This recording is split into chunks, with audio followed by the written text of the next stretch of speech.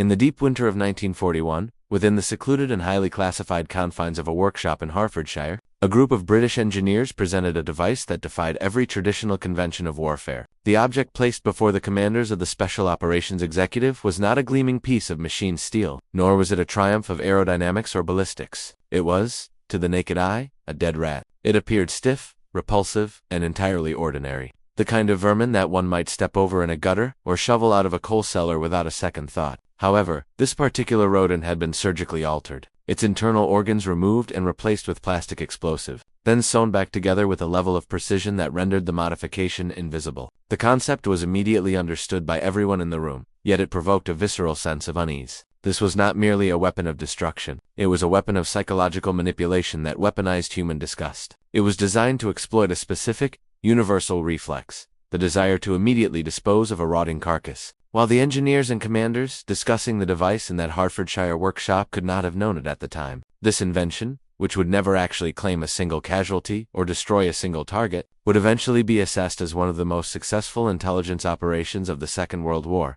To understand why the British government was investing resources into stuffing explosives into dead animals, one must understand the desperate strategic reality of 1941. The map of Europe had been radically redrawn by the aggression of the German forces held a stranglehold on the continent, occupying France, Belgium, the Netherlands, Norway, Denmark, Poland, and Czechoslovakia. The Nazi war machine was not just an army, it was an industrial vampire, feeding off the infrastructure of the nations it had conquered. Thousands of factories, vast networks of rail lines, critical power stations, and strategic port facilities were now serving the interests of Berlin. Britain, standing alone against this juggernaut, faced a logistical nightmare. While the Royal Air Force could launch conventional bombing campaigns, these were blunt instruments. High-altitude bombing was inaccurate, resource-intensive, and cost the lives of hundreds of aircrews for every factory disabled. Britain desperately needed a way to strike with surgical precision. To cut the tendons of the German logistical beast from the inside, they needed acts of destruction carried out silently behind enemy lines by agents who could melt away into the local population. This was the genesis of the Special Operations Executive, established on July 22, 1940,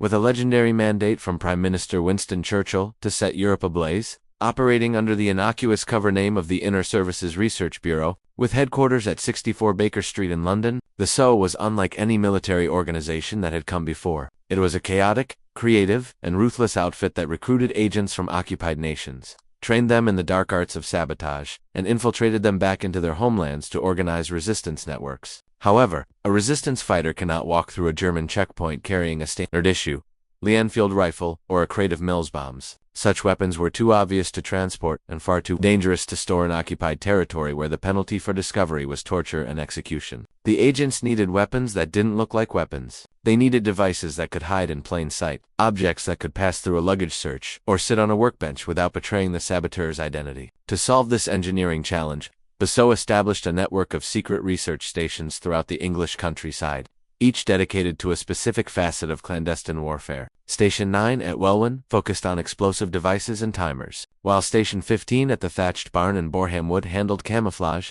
led by a former film art director named Lieutenant Colonel J. Elder Wills, whose Hollywood experience proved invaluable in the art of deception. But it was Station 12 at Asson House near Stevenage, commanded by Major Wood, that specialized in the grim practicalities of industrial sabotage and where the rat bomb would come to fruition. The personnel at these stations were a motley collection of chemists, engineers, carpenters, and metal, but they also included specialists with highly unusual civilian skills, people who could think laterally about how to conceal death within the mundane. The fundamental challenge they faced was the thoroughness of German security. The Wehrmacht and the Gestapo were meticulous. They searched luggage, inspected cargo holds, and interrogated anyone carrying suspicious items. The SO engineers realized that trying to hide explosives inside valuable items was risky because valuable items attract attention. The solution, they reasoned, was to disguise explosives as things that people actively wanted to get rid of. They needed objects so unpleasant, so inherently worthless, that a guard's instinct would be to wave them through or look away entirely. Dead animals fit this profile perfectly. A dead rat was not something a soldier wanted to touch, let alone dissect.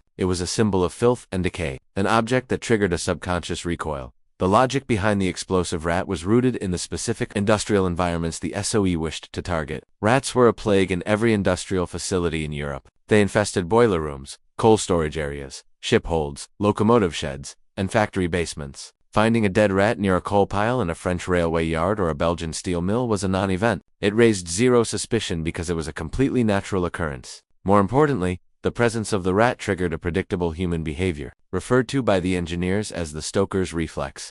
A stoker, shoveling coal into the roaring furnace of a steam locomotive or a factory boiler, works in a rhythm. If he scoops up a shovelful of coal and sees a dead rat lying on the pile, he does not call a supervisor. He does not take it to a laboratory for analysis. His instinct, driven by hygiene and the desire to keep his workspace somewhat clean, is to shovel the rat directly into the furnace along with the coal. It is a reflex of immediate disposal. That reflex became the detonation mechanism. The enemy would destroy himself simply by trying to clean up. Development of the device began at Station 12 in 1941, and the procurement process itself highlighted the SOE's obsession with operational security. They could not simply catch rats in the field, as the specimens needed to be fresh and of a specific size. An SOE officer was dispatched to procure approximately 100 rat carcasses, posing as a student who needed specimens for laboratory experiments at London University. The supplier, likely a standard medical or educational supply company, handed over the crate of dead rodents without a second thought, assuming they were destined for dissection tables rather than sabotage operations.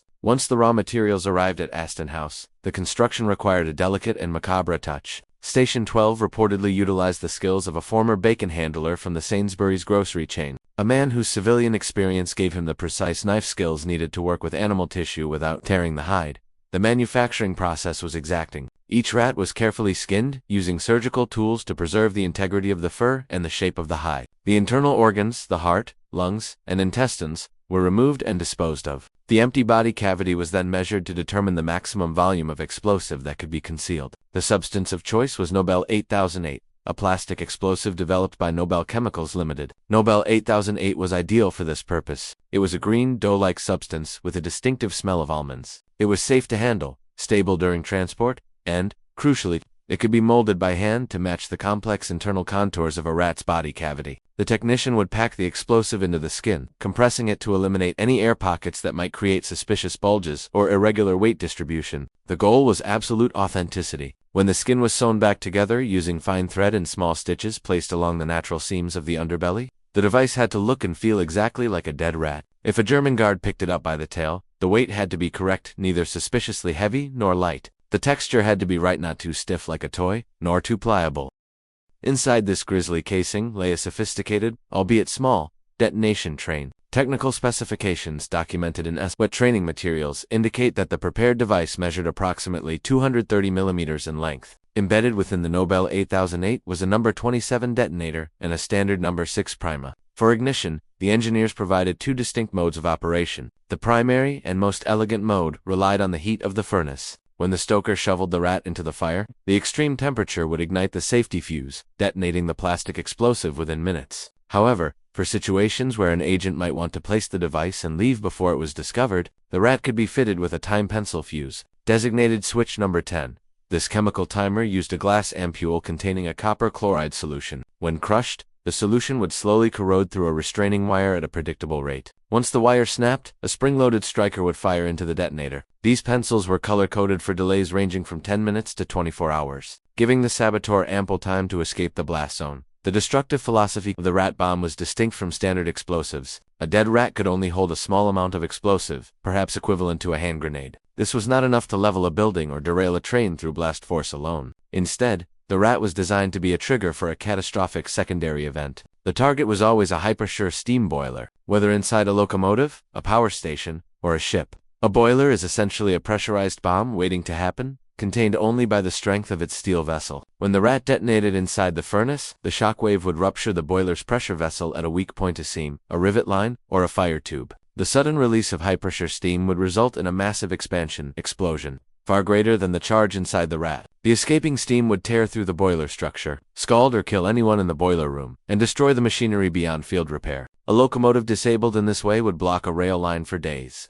A factory boiler destroyed would halt production for months while a replacement was manufactured and installed. The operational plan for distributing these devices was ambitious. The so intended to ship them to occupied France and Belgium, utilizing established resistance networks. The rats were packaged in lightweight crates designed to hold 10 to 20 units, concealed within legitimate cargo. These crates could be dropped by parachute during moonlit supply runs, landed by submarine along the coast, or smuggled overland through neutral borders. The agents receiving them needed minimal training. There were no complex dials to set or wires to splice. The instruction was simple. Place the rat on a coal pile near a boiler, preferably near the entrance where it would be spotted by a worker, and then leave. The agents were instructed to avoid placing multiple rats in one location to prevent pattern recognition and to spread the attacks across different facilities. The beauty of the weapon was its passive nature. The enemy's own workforce would unwittingly pull the trigger. However, the operational history of the explosive rat is a study in irony. Despite the ingenuity and the gruesome manufacturing effort, not a single explosive rat was ever successfully deployed in combat.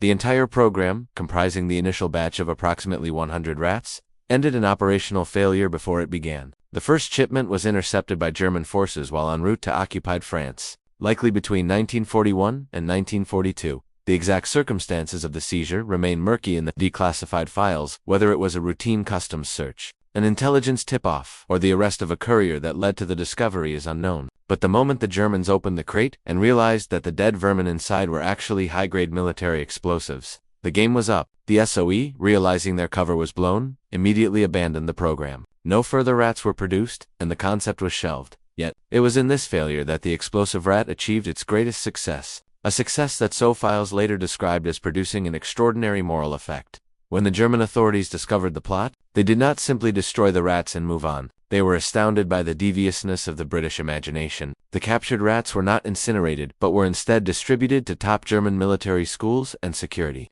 training centers across the Third Reich. They were studied, photographed, and analyzed by German scientists who sought to understand the depths of British sabotage capabilities. More significantly, the discovery triggered a wave of paranoia that rippled through the German security apparatus. The Germans reasoned, quite logically, that if they had intercepted one crate of explosive rats, surely hundreds or thousands more must have already slipped through the net. They assumed the weapon was being deployed on a massive scale.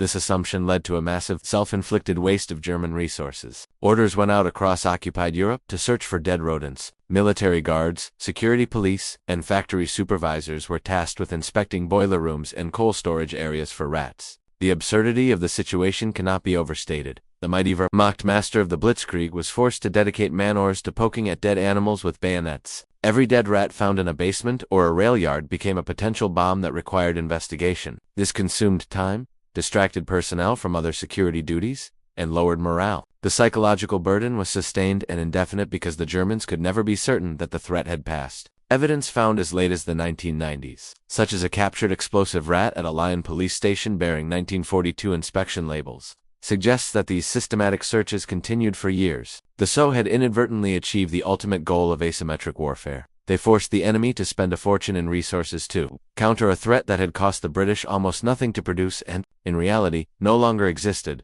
The explosive rat was part of a broader family of SOE-disguised warfare devices, and its failure stands in contrast to the success of its cousin, the explosive coal, developed around the same time. Explosive coal consisted of hollowed-out, real coal or steel castings painted to look like coal, filled with plastic explosive. Unlike the rats, the coal was successfully deployed in vast quantities, over 3.5 tons, and was responsible for destroying numerous locomotives and factory furnaces. The crucial difference was that coal blended in perfectly and relied on chance to be shoveled into the fire, whereas the rat relied on the specific psychological trigger of disgust to ensure it was targeted for disposal. Other nations attempted similar deceptions. The Americans developed the bat bomb, a project to attach incendiaries to hibernating bats to burn down Japanese cities, which was cancelled only after accidental fires at a testing base. The Soviets, by contrast, preferred the brute force of mass-produced simple wooden mines, prioritizing scale over the elegance of disguise. The legacy of the explosive rat is not one of kinetic destruction, but of conceptual brilliance in the field of psychological operations.